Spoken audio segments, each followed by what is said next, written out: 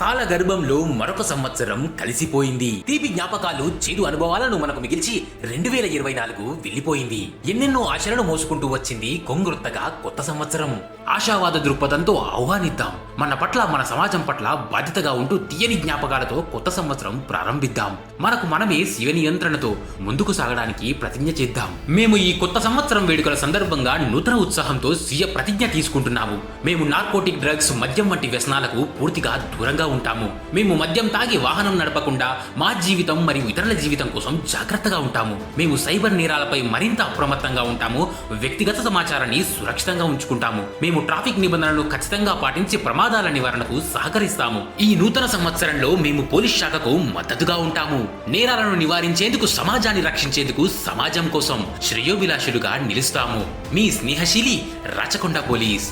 మీ భద్రత మా బాధ్యత.